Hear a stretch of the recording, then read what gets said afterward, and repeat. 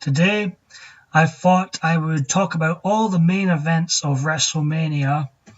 I think it'll be a three-part series, and I'm going to try and do each specific video under 10 minutes because long uploads just totally stress me out. So I'm going to do the first 10 WrestleMania main events, the very last match of the night I'm going to do, and I'm going to give them ratings. So let's start, shall we? Now, I still can't edit these webcam videos, these dreadful webcam videos for some reason, so forgive me. Okay, WrestleMania 1 main event, which was Hulk Hogan, champion Hulk Hogan, teaming up with Mr. T to take on Rowdy Roddy Piper and Mr. Wonderful Paul Orndorff. I've watched it a few times. Anytime I went to do a WrestleMania marathon, I always start with one. And I've probably watched WrestleMania 1 the most out of any WrestleMania. It was an important show, but just not a very good show overall. There was a lot of excitement in the air, and there was a lot of excitement for this main event, but it hasn't aged well. I think Piper performed the best out of the four. Mr. T was not very good at wrestling. I guess it was important him being in the match. It drew a lot of attention to WrestleMania in the match, but I can only give it 2 stars out of 5.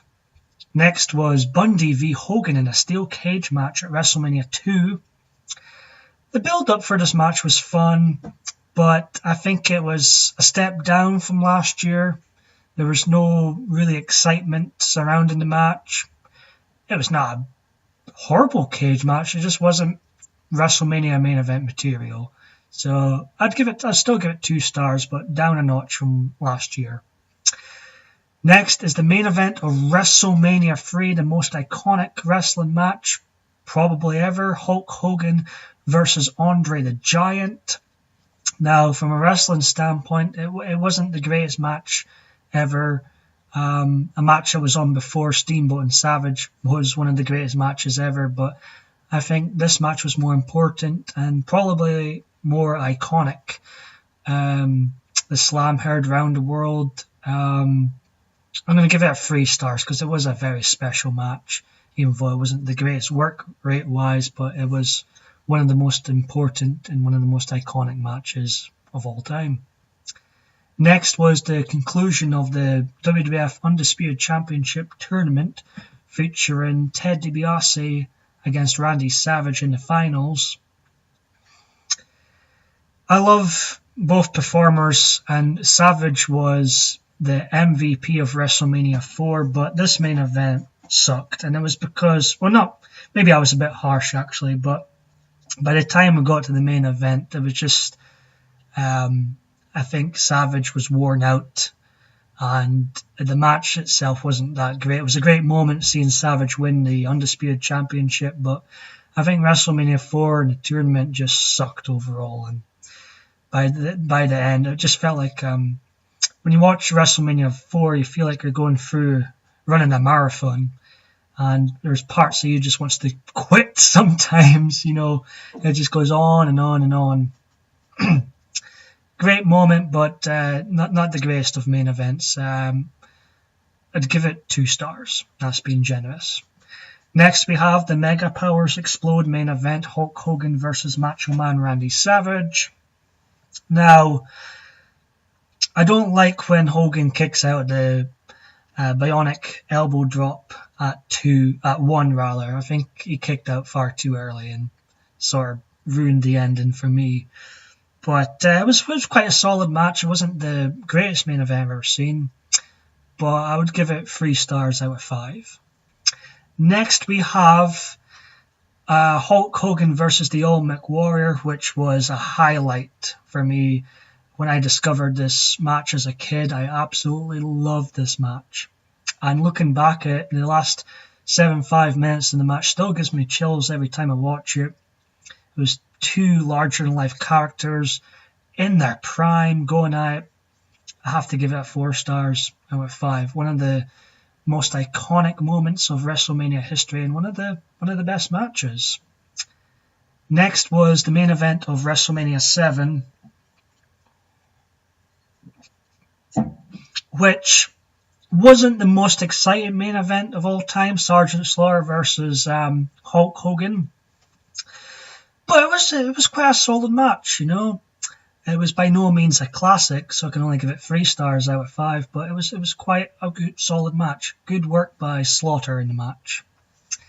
Next we have is the first main event that I remember as a kid. I just became a fan in November of 91, and I remember watching WrestleMania 8 the next day it was on. And I loved the build-up. I loved Sid's path of destruction leading up to WrestleMania 8. This match is more remembered of what happened afterwards, you know, with the Ultimate Warrior making that shocking, one of the greatest returns to WrestleMania. The crowd went wild for Warrior, but the match wasn't that great. I would still give it 2 stars. I think Hogan and Sid had great chemistry, but just the match didn't deliver, and there was a botched ending. So, yeah. Moving on to the main event, the last match of WrestleMania 9, which featured Hogan versus Yokozuna. No stars out of 10, out of 5 rather.